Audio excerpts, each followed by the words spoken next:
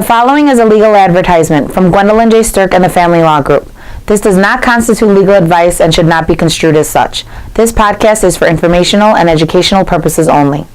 Hi, this is Reagan Freitag with the Gwendolyn J. Stirk Law Group. And I'm Gwendolyn Stirk, and today we're going to talk about back-to-school issues for parents going through a divorce. And here's our message. Behave yourself. Can they? I don't know. It's really tough. Because I always say to people that your children are the first ones affected by your conduct. How do you think?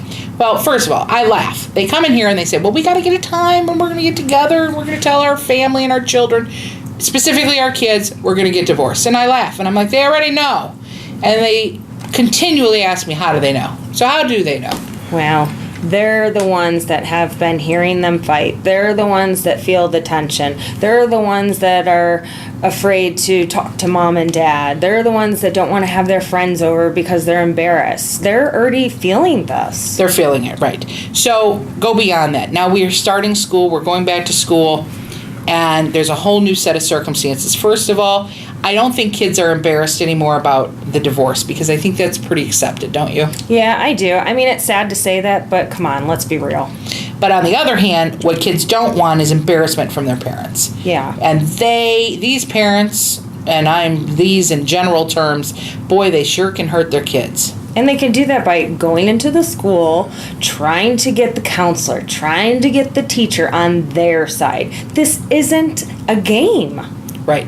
And remember, it's your child who's there, who has to attend school. Don't behave yourself like a child in front of your other classmates of your child. Yeah, because your kids are there to learn, to better themselves, to enjoy themselves. Quite honestly, during the divorce, that's probably a child's best time is when they're at school and away from the situation. So let's keep at least that good for them. Right, it should be a haven for them. Or on the other hand, maybe the school recognizes that the child's having a difficulty and then you could address it. But as a parent, don't let the school be the forum where you're going to air out your grievances with your spouse. Because you can be rest assured that you can subpoena, you can ask questions, you can get documents from the counselor, from the teachers. Now, no one wants that to happen, but when you misbehave, it's going to be found out and the judge will see and hear that. Absolutely. If we go all the way through a case where you're going to have a trial on now what's called the allocation of parental responsibilities and was previously called the issue of child custody, you're right, the court is going to hear about it eventually. So I always say to people, you have to do an Academy Award-winning performance going through a divorce. You have to show up at the school and you got to be kind during the pickup or drop off or the exchange. I was just thinking that's where it starts and ends, pick up and drop off. And then there's the whole time between. You know, if a parent wants to volunteer at school or at the sporting event after the school. I mean, school isn't just from 8 to 3. Right, it's the whole day throughout the course. And then you want your spouse not to get the access to the records. Well, I got news for you. The law provides that they're entitled to the records, and they're going to get them one way or another. So you trying to prevent that isn't going to work. The second thing is that you want to send your new girlfriend or boyfriend to the school to pick up the kids just to aggravate the future ex or current ex, because you can't grow up and behave yourself. Think about your child who's standing out there. Or you both show up and you fight about who's got parenting time to pick up the kids and remove the child from the school. Or to get even, let me go with this last one before you pipe in, Reagan, is you show up and you pull that kid out of school early. Come on. Really? You're going to take the kid away from that haven just so you can win that one little fight? Give me a break. And people bean count the hours and they think that they can get the advantage one way or another. The other thing I want to talk about with back to school is homework. My goodness. Do it. Supervise it, right? Right. And be involved. Be there. It's time with your child. It's homework, but it should be fun and quality time with your kids. So this is an enjoyable experience. Right. I think sometimes one parent wants to become the fun parent, and so they only want to do the things that are going to bring joy to the parent or to the child. And the reality is that homework's part of life. We all have to go to work, right? Right. Unfortunately. Well, blame the fall of man, Adam and Eve. I'm really mad at them. But nevertheless, that's another podcast. But the reality is that we have to teach our children that they have to engage in the work. So do the homework with them. Behave with them. Make sure that you return the books. Return the clothing.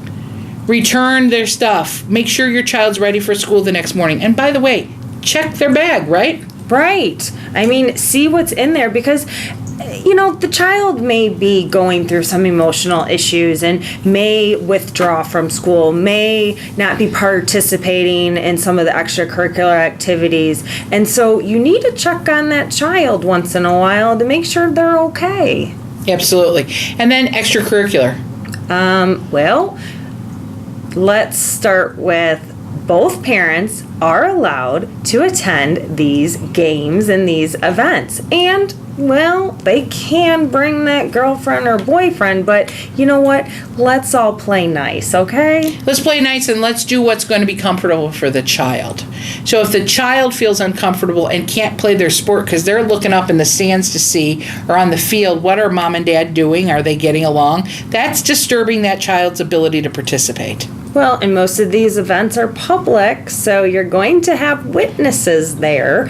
And, this isn't the coach or the teacher or, whoever may be there. This isn't the first time they've seen people getting divorced, so they're very familiar to this situation. Right, and then all of a sudden, don't just show up and be the magic parent either.